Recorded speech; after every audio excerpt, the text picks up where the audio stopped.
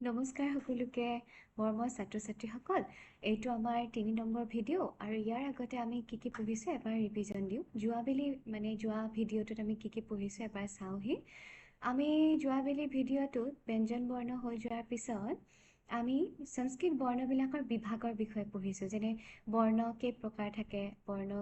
বৰ্ণ কি ভাগত ভগোৱা হৈছে স্বৰবৰ্ণ হিচাপে ব্যঞ্জন বৰ্ণ হিচাপে আৰু আয়োগবাহ হিচাপে তো স্বৰবৰ্ণ কেইটা আছে 13 আছে ব্যঞ্জন বৰ্ণ কেইটা আছে তোমাৰ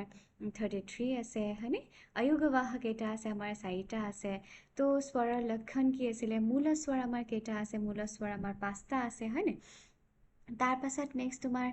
হ্ৰস্ব স্বৰ কোনবিলাক হ্ৰস্ব স্বৰৰ উচ্চাৰণ কাল কিমান হয় একমাত্ৰা হয় তাৰপিছত দীৰ্ঘ স্বৰ কোনবিলাক দীৰ্ঘ স্বৰৰ উচ্চাৰণ দ্বিমাত্ৰা হয় মানে প্লুত স্বৰ কেনেকুৱা ধৰণৰ হয় প্লুত স্বৰ বুজাবলৈ 3 সংখ্যাটো দিয়া যায় তাৰপিছত মিশ্ৰ স্বৰ সন্ধি অক্ষৰ কেনেকৈ সৃষ্টি হয় এইবিলাকৰ বিষয়ে পঢ়িছো তাৰপিছত ব্যঞ্জনৰ আৰু ভাগবিলাক পঢ়িছো ব্যঞ্জন বৰ্ণ কেনেকুৱা ভাগত ভগোৱা হয় স্পৰ্শ বৰ্ণ থাকে অন্তস্থ বৰ্ণ থাকে উষ্ম বৰ্ণ থাকে হয়নে এইবিলাক পঢ়িছো স্পৰ্শ বৰ্ণ আকৌ কেনেকুৱা ধৰণৰ হয় স্পৰ্শ বৰ্ণ কেইটা আছে স্পৰ্শ বৰ্ণ আমাৰ 25টা আছে আৰু এই বৰ্ণবিলাকক কিছুমান বৰ্গত ভগোৱা হয় যেনেকৈ ক বৰ্গ ক্লাছিফিকেশ্যন মানে সেকশন ঠিক আছে ক বৰ্গ বুলি ক'লে কি বুজোৱা যায় ক খ গ ঘ ঙ চ বৰ্গ বুলি ক'লে কি বুজোৱা যায় চ ছ ঝ ঝ ঞ এনেকৈ চ বৰ্গ মানে প্ৰথম বৰ্ণটোৰে তোমাৰ নামটো হৈছে ত বৰ্গ প বৰ্গ হয়নে তাৰপিছত এইবিলাকৰ উচ্চাৰণৰ কাৰণে আমি এটা ট্ৰিক মনত ৰাখিছিলোঁ KTM do বুলি তাৰপিছত অন্তস্থ বৰ্ণ কোনবিলাক পঢ়িছিলোঁ উষ্ম বৰ্ণ কোনবিলাক পঢ়িছিলোঁ আয়োগবাহ কি পঢ়িছিলোঁ তাৰপিছত বৰ্ণবিলাকৰ উচ্চাৰণৰ স্থান বিষয়ে আমি পঢ়িছিলোঁ হয়নে তাৰে কিছুমান স্বৰবৰ্ণ কণ্ঠৰ পৰা উচ্চাৰণ হয় কিছুমান ব্যঞ্জন বৰ্ণও কণ্ঠৰ পৰা উচ্চাৰণ হয় তালুৰ পৰা কোনবিলাক হয় মূৰ্ধাৰ পৰা কোনবিলাক হয়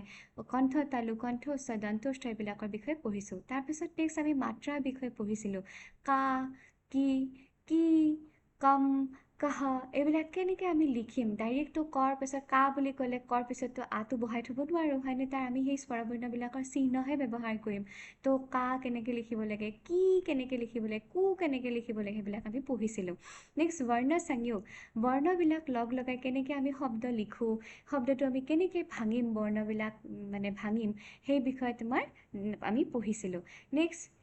বৰ্ণ বিচ্ছেদ কৰোঁতে তোমাৰ কোনবিলাক শব্দ কেনেকুৱা ধৰণৰ শব্দ সেইবিলাকৰ বিষয়ে পঢ়িছিলোঁ যেনে দেৱহ নৰহ গজহ ছাত্ৰহ বালকহ এইবিলাক গোটেইবিলাক ক'ত পৰিব অকাৰান্ত শব্দৰ ভিতৰত পৰিব কক্ষা লতা শিক্ষিকা এইবিলাক কিহত পৰিব আকাৰান্ত শব্দত তাৰপিছত ইকাৰান্ত শব্দৰ ভিতৰত কবিহি মুনিহি হয়নে এইবিলাক সোমাব তাৰপাছত জননী তাৰপাছত ভগিনী এই গোটেইবিলাক শব্দ ই কাৰান্তত পৰিব কাৰণ দীৰ্ঘ ই থাকে পিছৰ পিনে সাধুহু উ আছে য'ত উ আছে সেইটো কি কাৰান্ত শব্দ হ'ব উ কাৰান্ত শব্দ হ'ব দীৰ্ঘ থাকিলে দীৰ্ঘ কাৰান্ত শব্দ হ'ব দীৰ্ঘ কাৰান্ত শব্দ আমাৰ সংস্কৃতত পোৱা যায় তাৰপিছত ৰু থাকিলে কি থাকিব ঋকাৰান্ত শব্দত পৰিব এতিয়া আমি ব্যঞ্জন বৰ্ণ সংযুক্ত ব্যঞ্জন বৰ্ণৰ বিষয়ে আমি পঢ়িম আমি আগতে সাধাৰণকৈ পঢ়ি আহিছোঁ যেনেকৈ ক প্লাছ মূৰ্ধন্য ষ যোগ কৰিলে ক্ষয় হয় বুলি মই কৈছিলোঁ ক্ষয় জ্ঞ ত্ৰ স্ৰ এইকেইটা আমি পঢ়ি আহিছোঁ আৰু বহুত থাকে বহুত বনাব পাৰা তো সেইবিলাক বনোৱা কিয় বনাইছে সংযুক্ত ব্যঞ্জনবিলাক কিয় কৈছে কাৰণ এনেকুৱা বস্তুবিলাক এনেকুৱা ব্যঞ্জনবিলাক আমাৰ ক'ত দেখোঁ আমি শব্দবিলাকত দেখোঁ লৌকিক সংস্কৃততে হওক বা বৈদিক সংস্কৃততে হওক ঠিক আছে তো ক হলন্ত প্লাছ ক লগালে কি হৈ যাব কয় ক বৃক্ক আছে মুক্ক আছে এইবিলাক শব্দ সংস্কৃতত পোৱা যায় অসমীয়াতো যেনেকৈ আমি পঢ়িছিলোঁ নহয় ক হসন্ত যোগ ক কি হৈ যাব কয় ক এনেকৈ পঢ়িছিলোঁ সেইটো বস্তুৱেই বুজিছা বৃক্ক আমি পঢ়িছিলোঁ নহয় তাৰপিছত ক প্লাছ ত কি হৈ যাব ত যেনেকৈ ভক্ত ক প্লাছ ন কি হয় ন হৈ যায় যেনেকৈ শক্নমি ইত্যাদি শব্দ আছে কয়মক ম এইটো ক হলন্ত প্লাছ ম তো লগাই দিয়া কি হৈ যাব ক হলন্ত মানে কি জানানে এইটো আধা ক মানে অকল ছিংগল ব্যঞ্জন বৰ্ণ এইটোৰ লগত নাই যদি থাকিলে হয় বা হ্ৰস্ব বেলেগ কিবা স্বৰবৰ্ণ থাকিলে হয় তেতিয়া ক বা কা এনেকুৱা হ'লে হয় এইটো মানে কি আধা ক তো লগাই দিয়া কয়মক ম ৰুক্মিণী ইত্যাদি শব্দত পাওঁ নহয় এনেকুৱাবিলাক তাৰপিছত কয় ক তাৰপাছত ইয় ঠিক আছে কিয় হৈ যায় বাক্য এনেকুৱা ধৰণত পাওঁ ক হলন্ত প্লাছ ৰ ক্ৰ চক্ৰ ইত্যাদি ক হলন্ত ল কি হৈ যায় ক্ল হৈ যায় এইটোৰ বিষয়ে আমি পাওঁ বহুত এনেকুৱা শব্দ আছে তাৰপিছত ক প্লাছ ৱ আছে ক তাৰপিছত ক যোগ ক্ষ এইটো ক্ষটো আমি পঢ়িছোঁ হয়নে ক্ষৰ বিষয়ে আমি পঢ়িছোঁ আগতে সংযুক্ত ব্যঞ্জন বৰ্ণত তাৰপিছত নেক্সট আহা ক যোগ ত ক আধা যোগ ত আধা যোগ ৱ মিলি পেলাই কি হৈছে ত্ব হৈ গৈছে যেনেকৈ এটা প্ৰত্যয় আছে সংস্কৃতত ত্বা প্ৰত্যয় বুলি ঠিক আছে তাৰপিছত ক যোগ শ যোগ ন কি হৈ যায় কৃষ্ণ হৈ যায় যেনেকৈ তীক্ষ্ণ ইত্যাদি শব্দ আছে ক যোগ শ যোগ ম কি আছে ক্ষ্ম আছে নিশ্চয় তোমালোকৰ মনত আহিছে ক্ষ্মটো দেখাৰ লগে লগে সূক্ষ্ম এইবিলাক শব্দ আছে অসমীয়াত সূক্ষ্ম শব্দ আছে তো যেতিয়াই তোমালোকে এনেকুৱা ধৰণৰ যুক্তাক্ষৰ পোৱা তেতিয়া নিজে নিজে তোমালোকে ভাবিবা ক'তনো আছে ক'তনো পাইছোঁ হয়নে তেনেকৈ ভাবিলে তোমালোকৰ সহজতে মনত থাকিব ঘ আধা তাৰপিছত ৰ মিলি পেলাই কি হৈ যায় ঘ্ৰ হৈ যাব ঠিক আছে ঘ্ৰাণ এইবিলাক শব্দ আছে তাৰপিছত ঙ প্লাছ ক কি আছে ঙ অংকনি অংক এইবিলাকত এইটো ইউজ হয় ঙ প্লাছ ঙ আধা প্লাছ খ কি হৈ যাব ঙ শংখ এইবিলাক শব্দত এইটো প্ৰয়োগ হয় ঙ প্লাছ গ ঙ অংগ ইত্যাদি ঙ আধা প্লাছ ঘ জংঘা শব্দত এইটো ব্যৱহাৰ হয় ঘ তাৰপিছত ঙ প্লাছ ম ৱাংময় শব্দত এইটো ব্যৱহাৰ হয় ঙ প্লাছ ঘ প্লাছ য় এইটো কি হয় ঙ ঘ য় একেলগে থাকিব এইটো শব্দ আগত কিবা বৰ্ণ বহিলেহে এইটো ভালকৈ উচ্চাৰণ কৰিবলৈ সহজ হ'ব তাৰপিছত চৈ চ প্ৰথম চ দ্বিতীয় দুটা একেলগে থাকিলে চৈ চ হৈ যাব হয়নে তাৰপিছত প্ৰথম চ দ্বিতীয় চ একেলগে হৈ গ'লে চৈ ছ এইটো ছ হৈ যাব তাৰপিছত প্ৰথম চ দ্বিতীয় চ ৰ মিক্স কৰিলা এইটো হ'ব তাৰপিছত এইবিলাক চব আধা আধা মানে ইয়াৰ আধা আৰু ৰ যেতিয়া বহিব নহয় এনেকৈ তলত বহি যায় ঠিক আছে তাৰপিছত চ প্লাছ য় কি হৈ যাব চ হৈ যাব ঘ প্লাছ য় ঘ স্ৰ মানে তোমাৰ হৈ যাব দ্বিতীয় চৰ লগত যদি দ্বিতীয় চ আধাৰ লগত ৰ ইউজ কৰা তেতিয়া কি হৈ যাব স্ৰ হৈ যাব তাৰপাছত আহা কি আছে জ দুটা লগ লগালে এটা জ হলন্ত জ লগত জ সম্পূৰ্ণ জ লগ লগালে কি হ'ব জয় জ হৈ যাব ঠিক আছে এতিয়া কিছুমানৰ প্ৰশ্ন হ'ব পাৰে যে যদি মই এনেকৈ লিখোঁ তেতিয়া কিনো অসুবিধাটো আছিল ঠিক আছে দুইটা জত ধৰা মই হলন্ত দি দিলোঁ তেতিয়া কেনেকুৱা হ'ব এনেকুৱা হ'ব ঠিক আছে ইয়াতে তোমাৰ লিখা নাই মানে কি ইয়াতে এটা অ আছে ঠিক আছে তো জ আধা আৰু সম্পূৰ্ণ জ মিলি পেলাই কি হ'ব জয় জ নিয় কি হ'ব জ্ঞ হৈ যাব জ য় জ্য জ আধা ৰ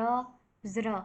জ আধা ৱ জ্ব উজ্জ্বল ইত্যাদি শব্দত আমি পাওঁ উজ্জ্বলত কেতিয়াবা এইটো জ ব্যৱহাৰ কৰা দেখিবলৈ পোৱা যায় এনেকৈ জ দুটা দেখিবলৈও পোৱা যায় তো জ আধা আৰু এটা জ আধা আৰু ৱ মিলি পেলাই কি হৈছে জ্ব হৈ গৈছে জ নিয় তাৰপিছত য় এইটো ব্যৱহাৰ হৈছে এইবিলাকৰো শব্দ পোৱা যায় নিয় চ নিয় চ পাওঁ আমি হয়নে তাৰপাছত নেক্সট ক্ৰোঞ্চ ইত্যাদি শব্দত আছে ক্ৰোঞ্চত আছে নিয় প্লাছ ছ মিলি পেলাই নিয় ছ এইটো হয় তাৰপাছত নেক্সট আৰু ঢেৰ আছে এনেকুৱা যুক্তাক্ষৰ আমি ঢেৰ বনাব পাৰোঁ কি আছে ক্ষ আছে এইটো একদম কম প্ৰয়োগ আছে এইটো একদমেই ক'ৰবাত বেদৰ মন্ত্ৰত তেনেকৈ আহে পোৱা যায় তাৰপিছত নেক্সট কি আছে ক আধা যোগ ছ যোগ য় কি হৈ যায় ক্ষ হৈ যায় ক আধা ছ আধা ম আধা তাৰপিছত আৰু লগত য় যদি যোগ কৰা কি হৈ যাব ক্ষ্ম্য হৈ যাব খ আধা য় ক্ষ গয় গ হয়নে তাৰপিছত গ ধ ধ স্নিগ্ধা ইত্যাদিত এইবিলাক ইউজ হয় তাৰপিছত গ আধা ন গয় অগ্নি ইত্যাদি শব্দত আমি পাওঁ এইটো গয়নগ্ন তাৰপাছত গ ম কি হৈ যায় ম হৈ যায় গ য় জ্ঞ তাৰপাছত গ আধা ৰ গ্ৰ অগ্ৰজ হয় ইত্যাদি শব্দত আমি পাওঁ তাৰপিছত গ আধা ল গ্ল গ্লানি শব্দত পাওঁ হয়নে ঘ আধা ন ঘ্ন কৃতঘ্ন তাতে পাওঁ আমি তাৰপিছত মূৰ্ধন্য ন আধা তাৰপিছত মূৰ্ধন্য দ কি হ'ব নয়দণ্ড হয়নে অণ্ড ইত্যাদি আমি পাওঁ তাৰপাছত মূৰ্ধন্য ন কি আছে মূৰ্ধন্য নয়ন বিষণ্ণ ইত্যাদি শব্দত আমি পাওঁ দন্ত ত আধা আৰু দন্ত ত সম্পূৰ্ণ লগ লাগিলে কি হ'ব তৈতত্ত হয়নে যেনেকৈ পিত্ত ইত্যাদি শব্দত পাওঁ আমি তাৰপাছত নেক্সট কি আছে ত আধা ত আধা তাৰপাছত য় আছে কি হৈ যাব ত্য হৈ যাব তাৰপাছত নেক্সট তোমাৰ কি আছে ত আধা ক আছে কি হৈ যাব এইটো হ'ব তাৰপাছত দন্ত ত তাৰপাছত আধা লগত থ হ'লে কি হৈ যাব থ তৈতত্থ হৈ যাব কপিত্থ ইত্যাদি শব্দ পোৱা যায় তৰ লগত ম লগ লগাই দিয়া ম হৈ যাব ত আধা ম আধা আৰু লগতে য় লগ লগাই দিয়া যেনেকৈ মাহাত্ম্য শব্দটোত এইটো পোৱা যায় ঠিক তেনেকৈ ত আধা ৰ ত্ৰ হৈ যাব ত আধা ৰ আধা য় লগ লগালে এইটো হ'ব যুক্তাক্ষৰ তাৰপাছত ঠিক তেনেকৈ ত য় ত্য ত চ এইকেইটা এনেকৈ তোমালোকে এবাৰ চাবা যদি এইখিনিত কিবা বুজি নোপোৱা থাকে এইটো মানে এনেকুৱা যে থ আধাৰ লগত ন লগ লগালে এনেকুৱা হ'ব যিটো লগ লগোৱা নহয় সেইটো প্ৰথমে থাকিব যেনেকৈ ত আছে চোৱাচোন তটো প্ৰথমে লিখিবা আধাকে লিখিবা কাৰণ হলন্ত আছে তাৰপিছত চ আধা আছে তাৰপিছত চটো আধাকে লিখিবা নেক্সট য়টো সম্পূৰ্ণকে লিখিবা ঠিক আছে ঠিক তেনেকৈ থ য় থ্য থ আধা থ থৈ থ থ চোৱা যিটো প্ৰথমে থাকে সেইটো তোমাৰ কি হ'ব ওপৰত বহিব তাৰপিছত গ আছে তো গটো কাষত নিলিখে এনেকৈ তলত লিখি দিয়ে তো এনেকুৱা যিবিলাক অকণমান বেলেগ টাইপৰ থাকে সেইবিলাক অকণমান পৰীক্ষাৰ কাৰণে অলপমান চাবলগীয়া থাকে ঠিক আছে কাৰণ সেইবিলাকে বেছিভাগ সোধে তো দ দুটা একেলগে লগ লগালে এনেকুৱা ধৰণৰ হয় দ ধ এনেকুৱা ধৰণৰ হয় দটো সদায় ওপৰত থাকিব ধটো তলত থাকিব ঠিক আছে নেক্সট চোৱা নিয় আধা জ অঞ্জলি ইত্যাদি শব্দত পোৱা যায় দৰ লগত ভ এনেকুৱা হয় তাৰপাছত নেক্সট কি আছে উদ্ভৱ শব্দটোত এইটো পোৱা যায় তাৰপাছত মূৰ্ধন্য ত আধা আৰু এটা মূৰ্ধন্য ত সম্পূৰ্ণ লগ লগালে তৰ্তত্ত তাৰপাছত দ ম এইটো পদমত আমি পাম মূৰ্ধন্য ত থ তৰ্থ দ য় দ্য হয় অদ্য শব্দটোত আমি পাওঁ হয়নে উদ্যান শব্দটোতো পাওঁ তাৰপাছত মূৰ্ধন্য ত আধা য় ত্য হৈ যায় তাৰপাছত এইফালে চোৱা আদ্ৰ শব্দটো দ্ৰাক্ষা ইত্যাদি শব্দত আমি পাওঁ তাৰপাছত মূৰ্ধন্য থৈ থ হয়নে তো এনেকৈ লিখে তাৰপিছত দ ৱ এনেকৈ লিখে বিদ্বান শব্দটোত আমি এনেকুৱা এইটো সংযুক্ত বৰ্ণ পাওঁ তাৰপিছত থ্য তাৰপিছত ন তাৰপাছত এইটো কি আছে দ আৰু গ এইটো আচলতে আগত কিবা বৰ্ণ থাকিলে তেনেকৈ উচ্চাৰণ কৰিবলৈ সহজ হৈ যায় তো মূৰ্ধন্য দ আধা আৰু গ লগ লগালে এনেকুৱা ধৰণৰ হয় তাৰপিছত ধ্যান শব্দটোত এইটো পাওঁ ধ আধা আৰু য় তাৰপিছত ড হলন্ত আৰু য় দ্য হৈ যাব তাৰপাছত ধ ম ধুম হৈ যাব ন ত কণ্টক ইত্যাদিত আমি এইটো শব্দ পাওঁ হয়নে এইটো যুক্তাক্ষৰ পাওঁ শব্দ নহয় মূৰ্ধন্য ন আধা তো সেইকাৰণে আধাকে লিখিছে হয়নে আৰু ত এটা দি থৈ দিছে তাৰপিছত ধ আধাকে লিখি পেলাই ৱ কি হৈ যাব ধ্বজ শব্দটোত পাওঁ তাৰপিছত নেক্সট কি আছে মূৰ্ধন্য ন আধা থ আছে কণ্ঠ ইত্যাদিত এইটো পাওঁ তাৰপিছত ধ আধা আৰু ৰ তাৰপিছত নৈতন্ত তাৰপিছত এইটো ভ্ৰ তাৰপিছত নৈথন্থ তাৰপিছত ভ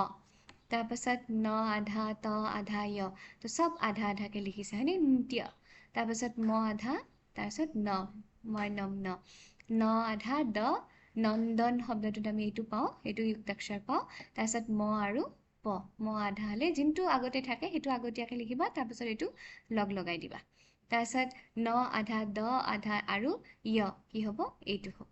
তাৰপিছত ম আৰু ফ লগ লগালে এইটো হ'ব তাৰপিছত ন আধা ধ অন্ধকাৰ শব্দটোত আমি এইটো যুক্তাক্ষৰ পাওঁ তাৰপিছত মই বম্ব অম্ব শব্দটোত আমি এইটো পাওঁ তাৰপিছত ন আধা ধ আধা য় মিলি পেলাই কি হ'ব এইটো হ'ব ম আৰু ভ লগ লগালে এইটো হ'ব তাৰপিছত ন মিক্স কৰা এইটো হ'ব তাৰপিছত ম এইটো হ'ব হয়নে তাৰপাছত আহা তললৈ আহা কি আছে ন আধা আৰু য় আছে এইটো হ'ব ম আধা য় এইটো ন আধা য় এইটো অন্যায় তাৰপিছত অন্য ইত্যাদি শব্দত এই যুক্তাক্ষৰটো আমি পাওঁ ম আধা ৰ আম্ৰফল ইত্যাদিত আমি কি পাম এইটো যুক্তাক্ষৰ আমি পাম তাৰপিছত ন আধা ম এইটো ম আধা ল এইটো অম্লান শব্দটোত এইটো পোৱা যায় তাৰপিছত ন আধা ৱ অন্বয় শব্দটোত এইটো যুক্তাক্ষৰ পোৱা যায় ম তাৰপাছত ম আধা প আধা আৰু ৰ এইটো হ'ব মটো আগতীয়াকৈ আছে সেইকাৰণে আগত দিবা প আছে নেক্সট ৰ আছে ৰ হ'লে তলত দি দিবা ঠিক আছে ৰ যেতিয়াই হ'ব কি হ'ব তলত বহাই দিবা যেনেকৈ ম ভ ৰ এইটো হ'ব তাৰপিছত ন ত ৰ চোৱা এইটো তলত বহাই দিবা প ত এইটো হ'ব সুপ্ত শব্দটোত এইটো যুক্তাক্ষৰ পোৱা যায় য় এইটো তাৰপিছত নেক্সট কি আছে প আধা ন এইটো আছে স্বপ্ন শব্দটোত এইটো যুক্তাক্ষৰ পাবা তুমি ৰ আধা আৰু ক এইটো চোৱা ৰ যদি আগত থাকে কি হ'ব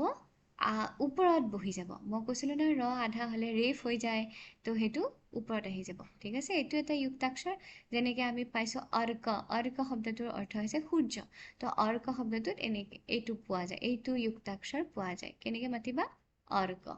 ঠিক আছে বহুতে তোমালোকে অকৰ এনেকৈ মাতা এইটো নহয় ৰ আছে নহয় তো অৰ পিছতে এইটো মাতিবা নেক্সট এইটো হ'ব অৰ্ক ঠিক আছে ৰ যেতিয়া আগত থাকিব সি ওপৰত বহিব ৰ যেতিয়া পিছত থাকিব সি তলত বহিব ঠিক আছে মনত ৰাখিবা প্ৰেক্টিচ কৰিবা প আধা আৰু লগত প সম্পূৰ্ণ প ৰ ক য় এইটো চোৱা ৰ আগত আছে মানে কি ওপৰত বহিব তাৰপিছত ক আছে আগতীয়াকৈ তো কটো আধা লিখিলোঁ তাৰপিছত য় আছে য়টো লগাই দিয়া তাৰপাছত প আধা ম প আৰু প আৰু ম তাৰপাছত ৰ আধা দ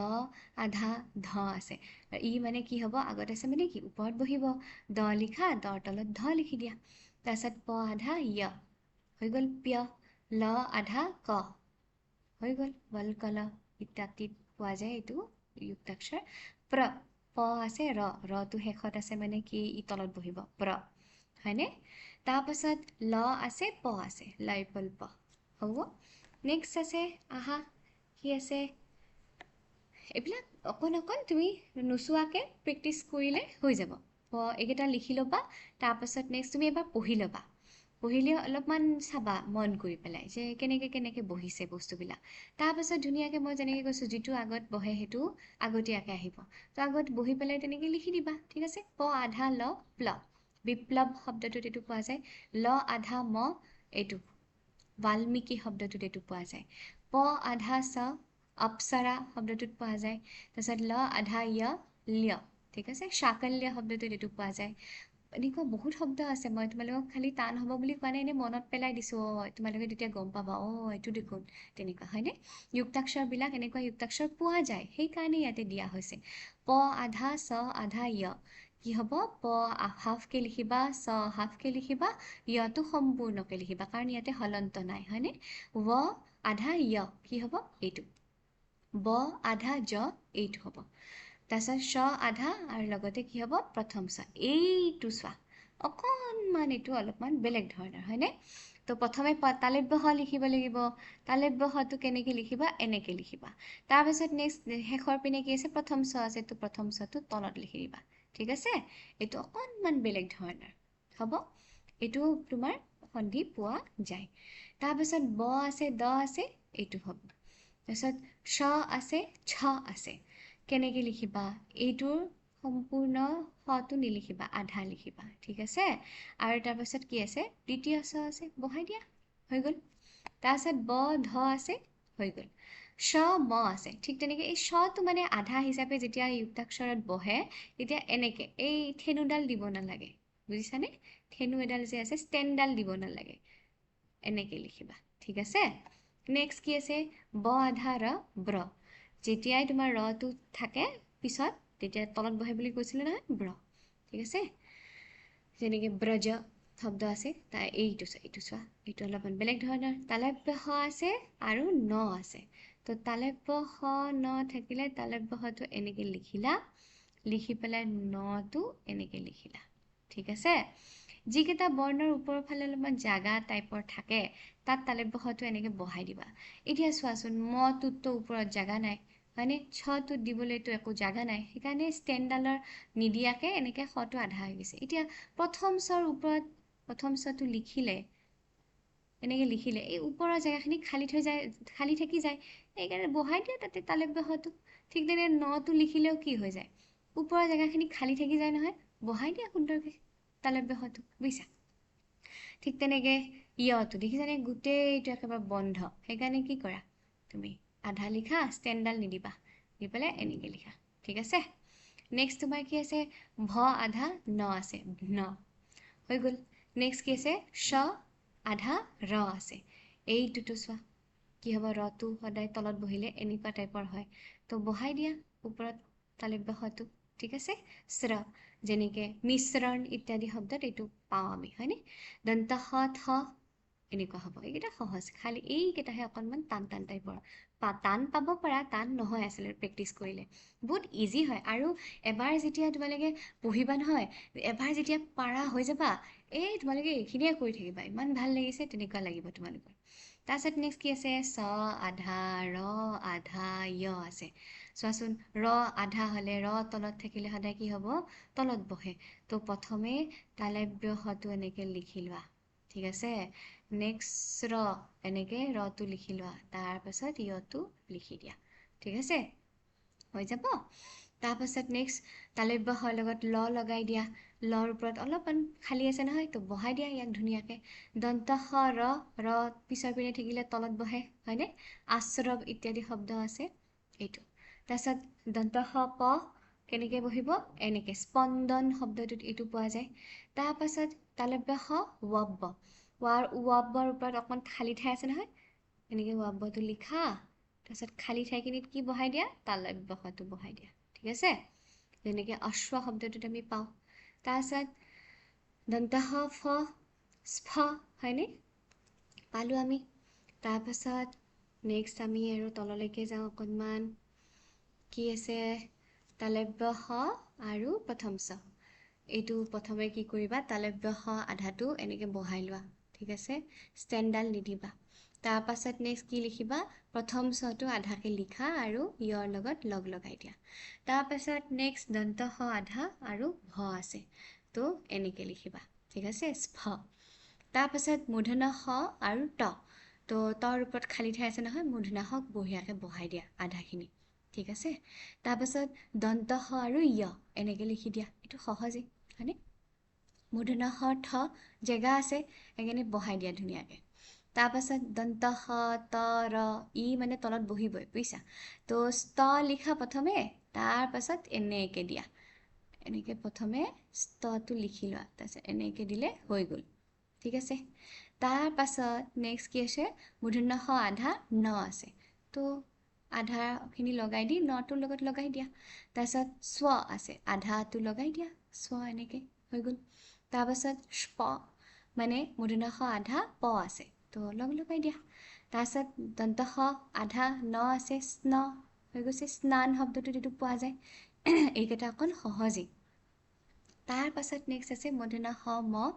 উষ্ম শব্দটো তেনেকুৱা পোৱা যায় হয়নে মূৰ্ধন্য হটো মৰ লগত বহাই দিয়া তাৰপিছত দন্ত হ আধা থ আধা য় লগ লগাই দিয়া কি হৈ যাব প্ৰথমে দন্ত হটো আধা লিখি লোৱা দন্ত থ নেক্সট লিখা তাৰপিছত য়টো লিখা তাৰপিছত মূৰ্ধন্য হটো আগতে লিখি তৰ লগত লগ লগাই দিয়া তাৰপাছত তলত ৰটো বহাই দিয়া কাৰণ ৰ ইফালে তলত থাকিলে সদায় তলতে বহে তো ৰাষ্ট্ৰ শব্দতে আমি এইটো পাওঁ হয়নে তাৰপাছত হ আধাৰ লগত নটো লগ লগাই দিলে এইটো হয় কেনেকৈ লিখিবা এইটো হ আৰু এইটো ন হৰ বুকুত নটো বহাই দিবা ঠিক আছে হৈ গ'ল তাৰপাছত মূৰ্ধন্য হ মূৰ্ধন্য ন আৰু য় কেনেকৈ লিখিবা মূৰ্ধন্য হ আধা লিখা মূৰ্ধন্য ন আধা লিখিবা ষ্টেণ্ড কেইডাল নিদিবা ঠিক আছে আৰু য়টো লিখি দিলা তাৰপাছত নেক্সট হ আধা আছে ন আছে তো হয় ন ঠিক আছে হৰ তলত হটো লিখি তাৰ লগত নটো লিখি দিবা তাৰপিছত কি আছে দন্ত হ আধা আৰু ক আছে তো স্ক ঠিক আছে তাৰপিছত হ আধা ম আছে তো হয় মহ ম ঠিক আছে তো হটো লিখি এনেকৈ মটো লিখি দিবা তাৰপিছত দন্ত হ আধা আৰু খ তো এনেকৈ লিখিবা দন্ত হটো আধা দি পেলাই তাৰপিছত খ লিখিবা হ আধা আৰু ৰ কেনেকৈ লিখিবা এইটো অকণমান টান ঠিক আছে এইটো তুমি কেনেকৈ লিখিবা এনেকৈ লিখিবা মানে হটো এনেকৈ প্ৰথমে আগতে লিখি ল'বা তাৰপাছত এনেকুৱা টাইপৰ এটা চিন দি দিবা হৈ যাব ঠিক আছে তাৰপিছত দন্ত হ আৰু ত এইটোতো পুস্তক শব্দ ইত্যাদিত আছে এই যুক্তাক্ষৰটো সহজেই তাৰপিছত হ আধা ল হয় ল হটো লিখি ল'বা প্ৰথমে তাৰপিছত লটো বহাই দিবা হৈ গ'ল তাৰপিছত হ আধা য় কেনেকৈ লিখিবা হটো লিখিবা তাৰ লগত এনেকৈ য়টো লগাই দিবা ঠিক আছে হৈ গ'ল বাহ্য ইত্যাদি শব্দত তোমাৰ এই যুক্তাক্ষৰটো পোৱা যায় এতিয়া হ আৰু ৱাব হয়নে কেনেকৈ লিখিবা এনেকৈ লিখিবা এতিয়া আহ্বান ইত্যাদিত এই যুক্তাক্ষৰটো পোৱা যায় এতিয়া আমি যুক্তাক্ষৰবিলাক পঢ়িলো এতিয়া কি আছে কিছুমান আৱশ্যক চিহ্নও পোৱা যায় ঠিক আছে কৈছে আৱশ্যকীয় চিহ্নানি আৱশ্যক কিছুমান চিহ্নৰ বিষয়ে কোৱা হৈছে কি আছে হসন্তঃ মই যে কৈ আছিলোঁ হসন্তঃ বা হলন্ত দুইটাই কয় ঠিক আছে যেনেকৈ মৰ তলত এনেকৈ এডাল যে চিন দিছে মৰ তলত যে এনেকৈ চিনডাল দিছে এডালক কি বুলি কোৱা হয় হসন্ত চিন বুলি কোৱা হয় ঠিক আছে আৰু ক'ৰবাত তোমালোকে এনেকুৱা ধৰণৰ এটা এছ টাইপৰো এনেকুৱা ধৰণৰ তোমালোকে পাবা সেইটো কি জানানে আচলতে চাহ মই অলপ বেছিকৈ কৈছোঁ তোমালোকক এতিয়াতে নালাগে তোমালোকৰ জানিবৰ কাৰণে কৈছোঁ চাহ প্লাছ অহম এইটো যেতিয়া যোগ কৰি দিবা তেতিয়া কি হৈ যাব জানানে সোহম হৈ যাব কি হৈ যাব সোহম মানে যে এই যে বিসৰ্গটো আছে সেইটো বুজাবলৈ বুলি সন্ধিত এই এছ টাইপৰ এই অৱগ্ৰহ চিনপাত দিয়া যায় ঠিক আছে তো এই এছ টাইপৰ চিনটো কি বুলি কোৱা হয় অৱগ্ৰহ চিন বুলি কোৱা হয় ইয়াতে যে আছে এইটো চাহ প্লাছ অহম এই বিসৰ্গটো যে ইয়াতে আছে সন্ধি হৈ থকাৰ কাৰণে দেখা পোৱা হোৱা নাই সেইটো বুজাবলৈ বুলি এই অৱগ্ৰহ এছ টাইপৰ চিনটো ব্যৱহাৰ কৰা হয় তাৰপিছত চন্দ্ৰবিন্দুটো তোমালোকে জানাই এই এনেকৈ আখৰ বা বৰ্ণৰ ওপৰত বহে হয়নে যেনেকৈ পুংলিংগম শব্দটোত বহিছে ঠিক আছে এইবিলাক কিছুমান আৱশ্যকীয় চিহ্ন আৰু বিসৰ্গ তোমালোকে জানাই শব্দৰ পিছত এনেকৈ বহে হয়নে তাৰপিছত আহা এতিয়া অভ্যাস এই চেপ্টাৰটোত আমি কি পঢ়িলোঁ সেই বিষয়ে আমি অভ্যাস কৰোঁ কি আছে প্ৰথমে সংস্কৃত বৰ্ণমালায়াম মানে সংস্কৃত বৰ্ণমালাৰ সংস্কৃত বৰ্ণমালাম মানে সংস্কৃত বৰ্ণমালাখন কণ্ঠস্থম কৰোতো কণ্ঠস্থ কৰা মানে কণ্ঠস্থ কৰি মানে তুমি কণ্ঠস্থ কৰা মানে কি মুখস্থ কৰা আৰু সেইখন লিখি মুখস্থ কৰিবা ঠিক আছে তাৰপিছত নেক্সটটো কি আছে উচিতম মানে উচিত বিকল্প মানে ইয়াতে অপশ্যন দিছে যে তো বিকল্প মানে হৈছে অপশ্যন উচিত অপশ্যনটো চিত্তোৱা মানে চয়ন কৰি পেলাই বাছি লৈ পেলাই এইকা পদেনা কথয়তু এটা পদত এটা শব্দত উত্তৰটো দিয়া কথয়তু মানে কোৱা কি কৈছে স্বৰবৰ্ণানাম সংখ্যা ভৱতি স্বৰবৰ্ণবিলাকৰ সংখ্যা হয় কোৱাচোন তোমালোকে নিজেই কোৱা স্বৰবৰ্ণ কেইটা আছে আমাৰ স্বৰবৰ্ণ কেইটা আছে আমাৰ 13 আছে হয়নে ব্যঞ্জন বৰ্ণ কেইটা আছিলে 33 আছিলে তো কৈছে ব্যঞ্জনানাম সংখ্যা ভৱতি ব্যঞ্জন বৰ্ণৰ সংখ্যা কিমান আছিলে 33 আছিলে তাৰপিছত কি আছে य र ल व इति वर्णाः किं कथ्यन्ते य र ल व এই বৰ্ণ ইতি মানে এই वर्णाः মানে বৰ্ণবিলাক কিম মানে কি কথ্যন্তে কি বুলি কোৱা হয় এই य र ल व এইবিলাক বৰ্ণ কি বুলি কোৱা হয় অন্তস্থাः वर्णाः বুলি কোৱা হয় ঠিক আছে তাৰপিছত কি আছে वर्णस्य कति भेदाः सन्ति वर्णस्य মানে বৰ্ণৰ कति মানে কেইটা भेदाः মানে ভেদ सन्ति মানে আছে মানে বৰ্ণৰ কেইটা ভেদ আছে মানে বৰ্ণবিলাকক কেইটা ভাগত ভাগ কৰা হৈছে তো আমি পঢ়িছিলোঁ বৰ্ণবিলাকক তিনিটা ভাগত ভাগ কৰা হৈছে কি আছিলে স্বৰবৰ্ণঃ ব্যঞ্জনবৰ্ণঃ আৰু অয়োগবাহঃ হয়নে তাৰপাছত নেক্সট কি আছে স্পৰ্শবৰ্ণানাম প্ৰত্যেকবৰ্গে কতি বৰ্ণাः সন্তি স্পৰ্শবৰ্ণানাম স্পৰ্শ বৰ্ণবিলাকৰ প্ৰত্যেকবৰ্গে প্ৰত্যেকটো বৰ্গত কতি মানে কিমানটা বৰ্ণাः মানে বৰ্ণ সন্তি আছে বৰ্গ মানে মনত আছেনে স্পৰ্শ বৰ্ণ ক'ৰ পৰা আছিলে ক খ গ ঘ এনেকৈ একদম লাষ্টৰ মলৈকে আছিলে হয়নে তো এইখিনি কি বুলি কোৱা হয় স্পৰ্শ বৰ্ণ বুলি কোৱা হৈছিলে তো এইবিলাক ক বৰ্গ আছিল চ বৰ্গ আছিল এনেকৈ যে আছিল তো সেই বৰ্গবিলাকত কি আছে কতি বৰ্ণাহ কিমানটা বৰ্ণ আছিলে তোমালোকে চোৱাচোন মই ওপৰত দেখাই দিম ৰ'বা এইয়া চোৱা ক বৰ্গ ছ বৰ্গ ট বৰ্গ ত বৰ্গ প বৰ্গ এটা বৰ্গ তো এই এটা বৰ্গত কেইটা বৰ্ণ আছিলে সুধিছিলে চোৱাচোন কেইটা গণি চোৱা 1 2 3 4 5 বৰ্গও 5টা আছে আৰু প্ৰত্যেকটো বৰ্গত 5টাকে বৰ্ণ আছে 5 5 গুণ 25 সেইকাৰণে স্পৰ্শ বৰ্ণ কিমান আছিল 25 বৰ্ণ আছিল হয়নে তো সেইটোৱে সুধিছে স্পৰ্শ বৰ্ণবিলাকৰ প্ৰত্যেকটো বিভাজনত কেইটাকে বৰ্ণ আছিল তো কেইটা আছিল 5টা ঠিক আছে ত বৰ্ণৰ উচ্চাৰণ স্থানম কিম উচ্চাৰণ স্থান কি হয় ত ত বৰ্ণটো আমি ক'ৰ পৰা উচ্চাৰণ কৰোঁ ত বৰ্ণ ত থ দ ধ ন দন্ত ত এনেকৈ কওঁ নহয় অসমীয়াত তো দন্ত দাঁতৰ পৰা ত বৰ্গটো উচ্চাৰণ হয় তো ত বৰ্ণৰ উচ্চাৰণ স্থান কি দন্ত ঠিক আছে নেক্সট কি আছে চোৱা परस्परम मेलयतु परस्परम মানে পৰস্পৰৰ সৈতে মেলয়তু মানে মিলোৱা মিলাবলৈ বুলি আহিছে কি প্ৰথমটো মিলাই দেখাই দিছে অ ই উ ৰ এইকেইটা কি হয় হ্ৰস্ব স্বৰ হয় তাৰপিছত আহা আ ই উ ৰ এইকেইটা কি হয় দীৰ্ঘ স্বৰ হয় তো আহা দীৰ্ঘ স্বৰলৈ লৈ যোৱা তাৰপিছত কি আছে ক বৰ্ণতঃ ম বৰ্ণ পৰ্যন্তম ক বৰ্ণৰ পৰা তহ মানে পৰা ক বৰ্ণৰ পৰা ম বৰ্ণলৈকে কি আছিলে স্পৰ্শ বৰ্ণ আছিলে হয়নে কৈছে তো স্পৰ্শ ব্যঞ্জনাহা বা স্পৰ্শ ব্যঞ্জন বৰ্ণাহা হৈ গ'ল তাৰপিছত য় ৰ ল ৱ এইকেইটা কি আছিলে অন্তস্থ বৰ্ণ আছিলে তো সেইকাৰণে অন্তস্থ ব্যঞ্জনাহা তাৰপিছত এইকেইটা চোৱা এইকেইটা উচ্চাৰণ কৰিলে গৰম হাৱা বাহিৰ হোৱা আছিলে হয়নে মুখৰ পৰা তো সেইকাৰণে কি হৈছে শ শ স হ এইকেইটা কি বৰ্ণ উষ্ম ব্যঞ্জনাহা মানে উষ্ম মানে গৰম তাৰপিছত মনত ৰাখিবলৈহে কৈছোঁ তাৰপিছত ক্ষত্ৰ স্ৰ এইকেইটা কেনেকুৱা আছিলে মিশ্ৰ আছিলে হয়নে সংযুক্ত আছিলে তো সংযুক্ত ব্যঞ্জনাহা কাৰণ ক্ষটো কেনেকৈ হোৱা আছিলে খ হলন্ত তাৰপাছত স মিক্স কৰিলে হয় সেইকাৰণে সংযুক্ত ব্যঞ্জন তাৰপাছত নেক্সট কি আছে তালিকাম পুৰেতো তালিকাম পুৰেতো মানে তালিকাখন পূৰণ কৰিব দিছে ক বৰ্গটো লিখিব দিছে ক বৰ্গ বুলি ক'লে কোনকেইটা বৰ্ণ আহে তোমালোকে জানা হয়নে খ আহে গটো দিয়া আছে তাৰপিছত ঘ হয়নে তাৰপিছত তোমালোকে নিজে কোৱা চ আছিলে চ ছ জ ঝ ন্য হৈ গ'ল তাৰপিছত ট ঠ ড ঢ ণ ঠিক আছে প ফ কি আছিলে ব ভ ম হৈ গ'ল এতিয়া কি আছে উচিতেন বৰ্ণেন মানে উচিত বৰ্ণটোৰ সৈতে বৰ্ণ বিচ্ছেদম পুৰয়তু বৰ্ণ বিচ্ছেদকেইটা তুমি পূৰণ কৰা মানে ইয়াতে কোনটো ইয়াৰে হ'ব সেইটো তোমাক ক'ব দিছে কি আছে শিক্ষা এইখিনিলৈকে কি হ'ল চি হ'ল ক খ মিলি পেলাই কি হ'ল ক্ষ হ'ল আমাক লাগে কি আকাৰ লাগে তো ইয়াতে কি হ'ব আ হ'ব ঠিক আছে আ লিখিলেই তোমাৰ কি হৈ যাব সম্পূৰ্ণ শিক্ষা শব্দটো হৈ যাব শিশুহু এইখিনিলৈকে কি হ'ল চি হ'ল স হলন্ত ই লগ লগাই দিলে কি হৈ যায় চি হ'ল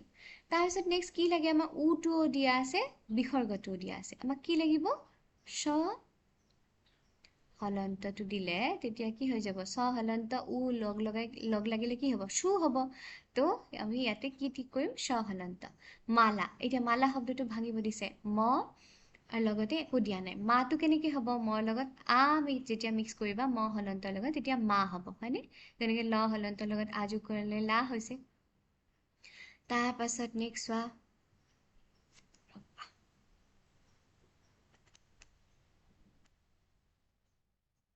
নেক্সটটো কি আছে গৃহম কি আছে চোৱা গৃহমটো কি দিছে গ হলন্তটো দি থৈছে কিন্তু ইয়াতে আছে কি ৰি হয়নে তো গৃহ পাবলৈ হ'লে আমি কি লগ লগাব লাগিব ৰিটো লগ লগাব লাগিব তেতিয়া কি হৈ যাব গৃহ হৈ যাব ঠিক আছে আৰু হমটো আছেই তাৰপিছত নেক্সট কি আছে বৰ্ণ সংযোগম কৃত্বা বৰ্ণ সংযোগ কৃত্বা মানে কৰি উচিতম বিকল্পম উচিত বিকল্পটো চিহ্নটো মানে হৈছে চিহ্নিত কৰা মানে বিচাৰি উলিয়াব দিছে ঠিক আছে চয়ন কৰিব দিছে চোৱা কি আছে ৰ এইটোলৈকে কি হ'ল ৰ হৈ গ'ল তাৰপিছত ক শ হৈ পেলাই কি হৈ গ'ল ক্ষ হৈ গ'ল তাৰপাছত নেক্সট কি হ'ল হৈ গ'ল এইখিনিলৈকে এই গোটেইখিনিলৈকে তোমাৰ ক্ষ হৈ গ'ল এইটোতো ক্ষ হলন্ত হ'ল তাৰপিছত নেক্সট লগ লগাৰ লগে লগে ক্ষ হৈ গ'ল নেক্সট কি আছে নেক্সট কি আছে ক হলন্ত আৰু আছে মানে ক হৈ গ'ল ৰক্ষ তাৰপিছত বিসৰ্গ আছে তো কি হৈ যাব ৰক্ষ কহ এইফালে চোৱা এইখিনিলৈকে কি হ'ব ক তাৰপিছত এইখিনিলৈকে ম তাৰপিছত ল হয়নে তো কি হৈ যাব কমলম চাবা কিন্তু দেই পৰীক্ষাত কলমমো হৈ যাব পাৰে সেইকাৰণে ভালকৈ এটা এটাকৈ চাবা তাৰপিছত কি আছে চোৱা এইখিনিলৈকে কি হৈ যাব আটো আই থাকিব য় হলন্ত আৰু উ হ'লে কি হ'ব ইউ হৈ যাব তাৰপিছত ধ হলন্ত আৰু থাকিলে কি হৈ যাব ধ হৈ যাব আয়ুধ মানে হৈছে অস্ত্ৰ শস্ত্ৰ ঠিক আছে তো আয়ুধ কোনটো হ'ব এইটো হ'ব ঠিক আছে তাৰ পিছত নেক্সট কি আছে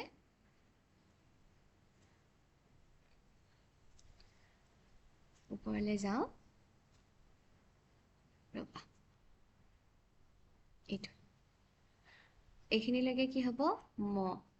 তাৰপিছত কি আছে নয়দন দ আৰু ই আছে নয়দন দ দিলা আৰু ই কাৰ দিলা মন্দি তাৰপিছত ৰ এইখিনি হ'লে কি হ'ব ৰ হ'ব তো মন্দিৰম ক'ত আছে এইটো আছে মন্দিৰম পৰীক্ষাত কিন্তু ঘচমচ কৰিলে কিন্তু এই মিন্দিৰম মৰন্দিম যিকোনো এটা হৈ যাব পাৰে হয়নে ভালকৈ চাবা সেইকাৰণে এতিয়া তোমালোক কি কৰিছে অধোদত্ত শব্দানাম অধোদত্ত অধ মানে হৈছে তলত দত্ত মানে হৈছে দিয়া শব্দানাম মানে শব্দবিলাকৰ বৰ্ণ বিন্যাসম অধোদত্ত শব্দানাম মানে তলত দিয়া শব্দবিলাকৰ বৰ্ণ বিন্যাসম বৰ্ণ বিন্যাস মানে বৰ্ণবিলাক তোমালোকে লিখিব দিছে বৰ্ণ বিন্যাসম কৰোতো মানে বৰ্ণবিলাক ভাঙিব দিছে বিন্যাস মানে ভাঙা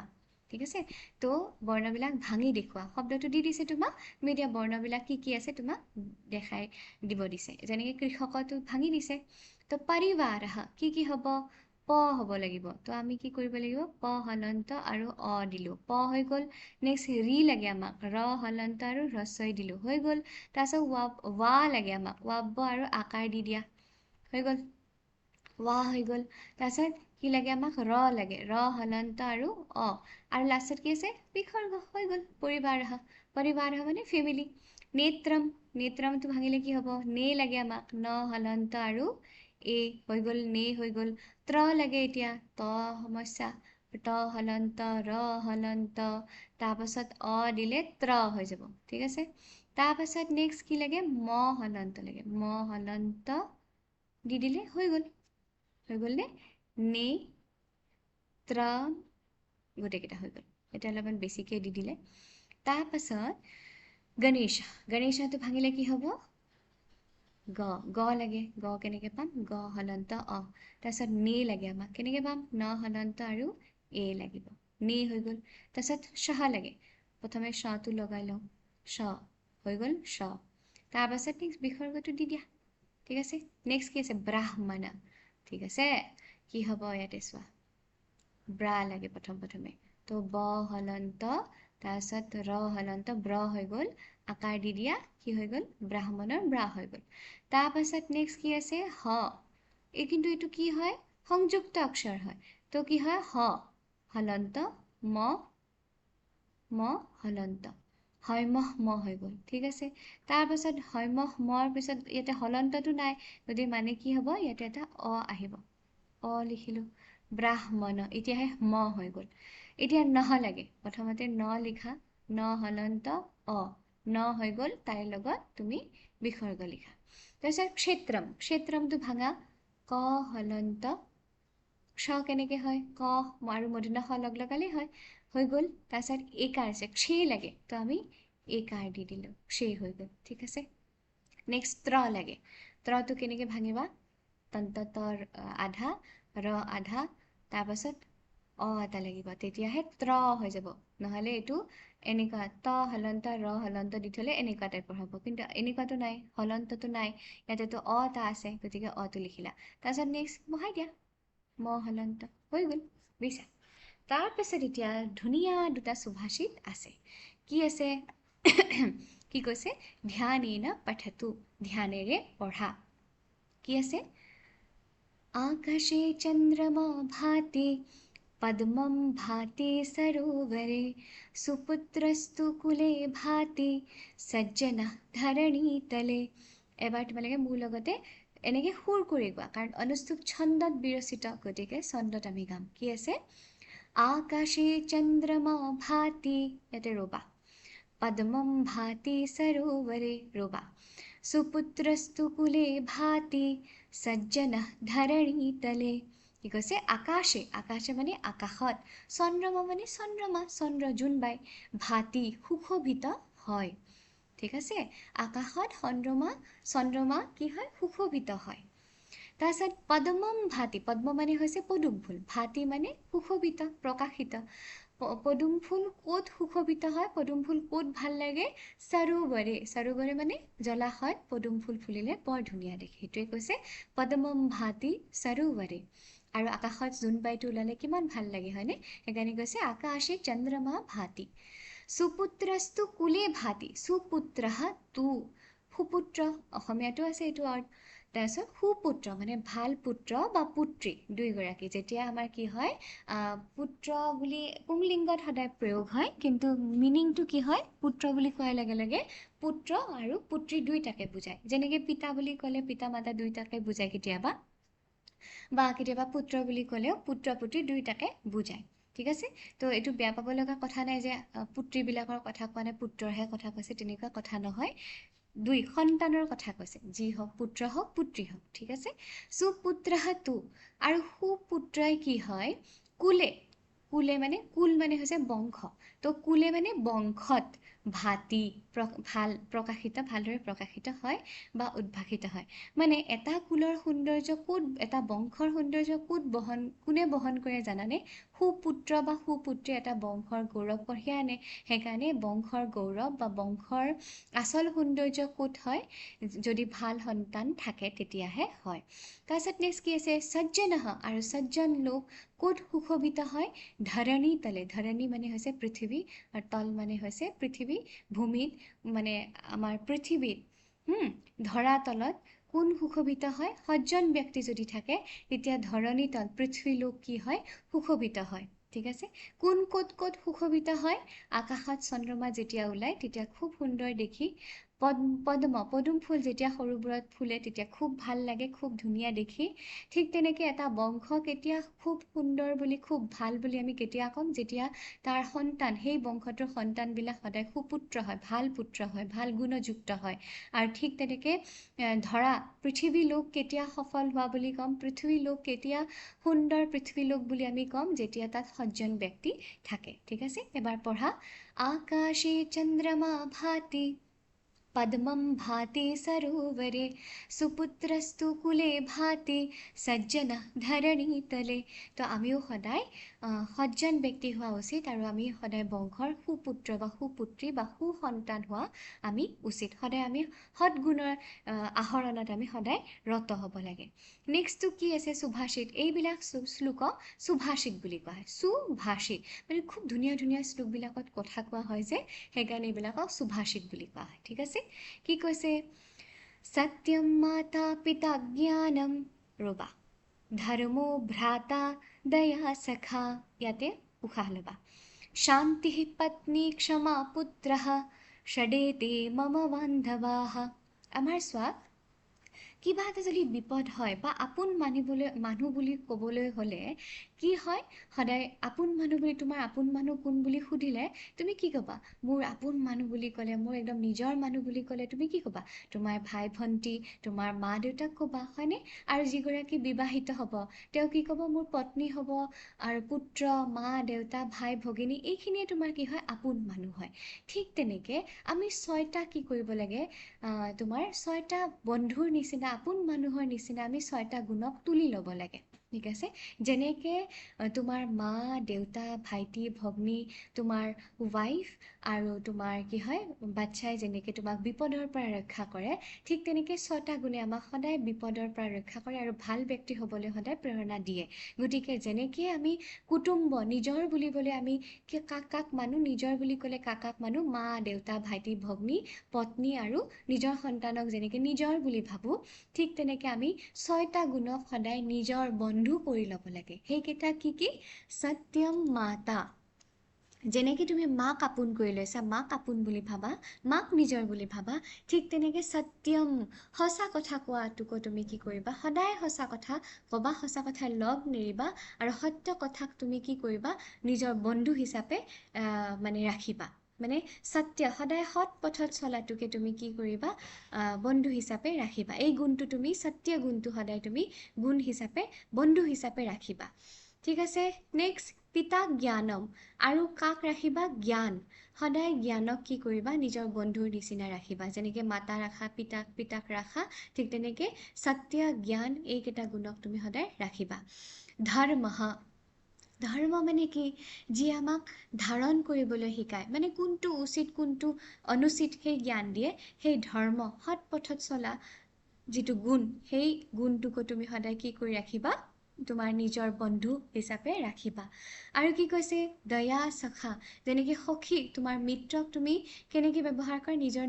কুটুম্বৰ নিচিনা ব্যৱহাৰ কৰা, ঠিক তেনেকৈ দয়া গুণটো তোমাৰ বন্ধুৰ নিচিনা তুমি ৰাখিবা নিজৰ লগতে।